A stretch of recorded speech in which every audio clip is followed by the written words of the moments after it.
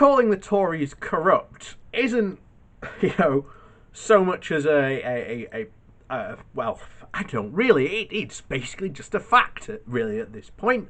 And it is a worrying one at that, because I think even more so, continuing on as we go forward, we're going to see more and more corruption from the Tories, and it's just going to go absolutely unchecked, because there's no one anyway at all would, go sit in cabinet and try and hold the big banks and all these other places to account, when once they leave the cabinet, they're just going to go, well, here's this very cushy job, or here's, all this stuff that, we're going to give you. And it's just like, there needs to be something done about this.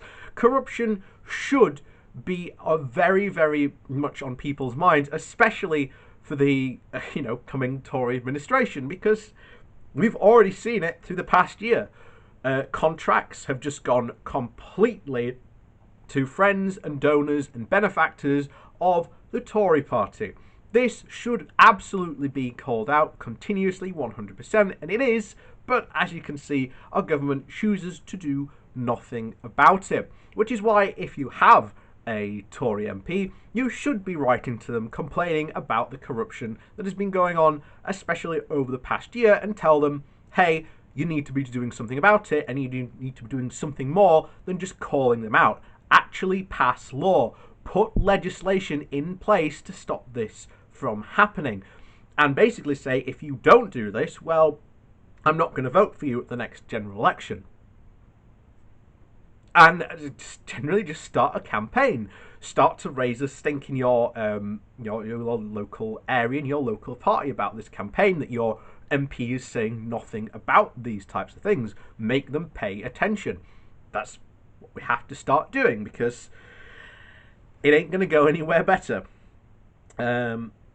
Today's article from The Guardian comes from Peter Grogan.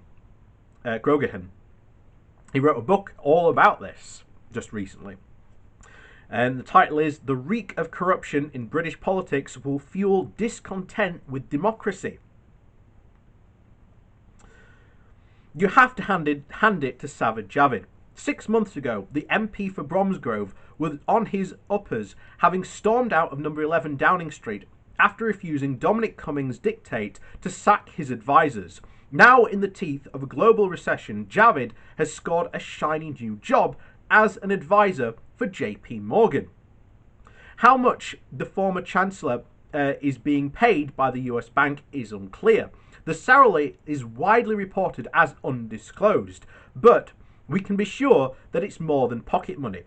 Not bad if you already have a job with a public representative that comes with a basic pay north of over 80,000 plus. Javid, of course, is not alone in cashing in from his time in Westminster while sitting on the green benches. Theresa May, still the MP for Maidenhead, has earned more than 1 million on the international lecture circuit since resigning as Prime Minister a year ago. The former Tory leader, not exactly renowned as a great public speaker, was even paid 56 million for an online talk delivered during lockdown. When I finished writing my book, Democracy for Sale, earlier this year, I wondered, at least for a moment, whether I was being too harsh on British politicians. Maybe I was overstating the power of money and influence in our politics. Maybe the system wasn't as corrupt as I thought.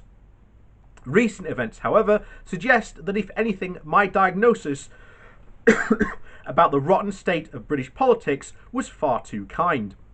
From Robert Jenkins' apparent bias over Tory donor Richard Desmond's lucrative planning application to Boris Johnson's decision to ennoble his own brother and a cast of cronies and doling out the political contracts to political allies, there is less of a whiff of corruption about this government and more of a stench so powerful it can no longer be ignored.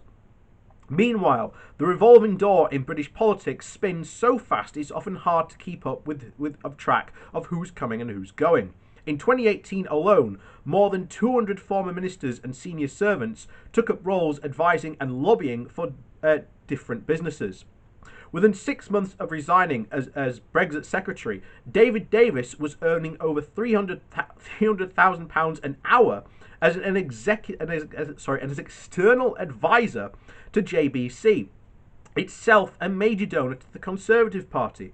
Christ, £3,000 an hour?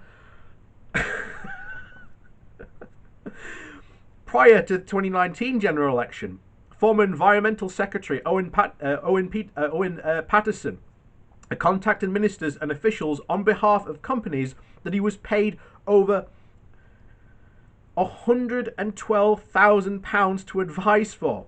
Paterson said his financial interests have been correctly declared according to the rules of the House of Commons. The personal connections between politicians and corporate interests have seldom become stronger.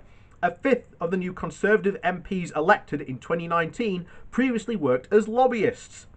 And at the end of their careers, countless senior politicians have walked straight into top corporate jobs, from Nick Clegg as VP at Facebook to George Osborne's lucrative role at BlackRock, the world's largest investment firm. Osborne, of course, moved in a short space of time from being a chancellor to editing the Evening Standard, which is owned by evenly. I don't know how you say that. It's a weird Russian name.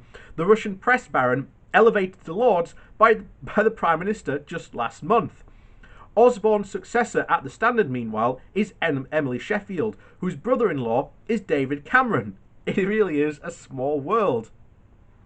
Parliament's anti-corruption watchdog, the Advisory Committee on Business Appointments, ACOBRA, is a feeble instrument that seldom, if ever, stands in the way of politicians taking plum jobs outside the government.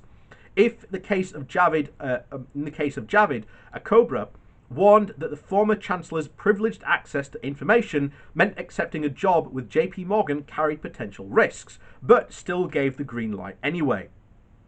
The Prime Minister himself has shown scant regard for the threadbare rules that are supposed to protect the integrity of our politics. In 2018, ACOBRA criticised Johnson for not asking its advice when renewing his contract as a columnist at The Telegraph just 3 days after resigning as Foreign Minister.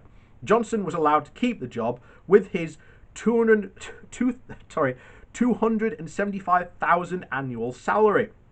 Such eye-watering sums only serve to feed voters' growing mistrust of politics, with our politicians being willing to anger big banks in Silicon Valley, and the same firms are likely to feather their nest almost as soon as they are able to sit up from the cabinet table. The implicit message is such a large firms may be that if you keep out of our way, then there'll be a nice paid gig waiting for you when leaving high office. Petitions matter. Perceptions matter. A study by Cambridge University Centre for the Future of Democracy, published earlier this year, found that globally, some 58% of people were unhappy with democracy. Discontent was particularly pronounced in the UK. The good news is that the system could be cleaned up. A ban on MPs taking second jobs would be a reasonable place to start, as Labour MP Zara Solana recently outlined on these pages. The bad news is that major reform requires political will. Right now, that seems to be as likely as a week passing without another revelation of government sleaze. And I sort of have to completely agree with him there, but again, there you have a bang straight thing that we can do now. And as I always say, if you're British and you live in the UK, write to your MP and insist that MPs are not allowed to take second jobs.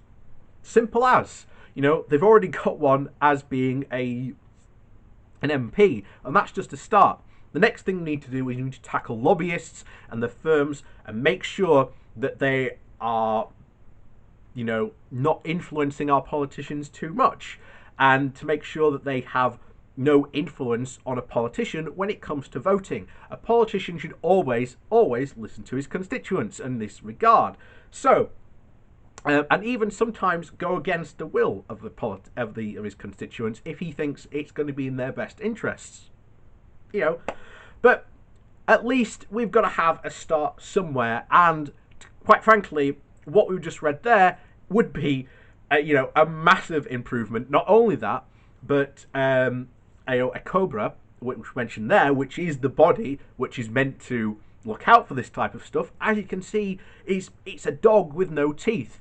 So let's do something to give it teeth. Let's make it go after people and stop them from doing these types of things. Not only just MPs, but any lobbyists that might want to try and influence MPs, then they should go after them and stop them from being able to contact MPs. And, there's lots of stuff when you think you can do that we're just not doing.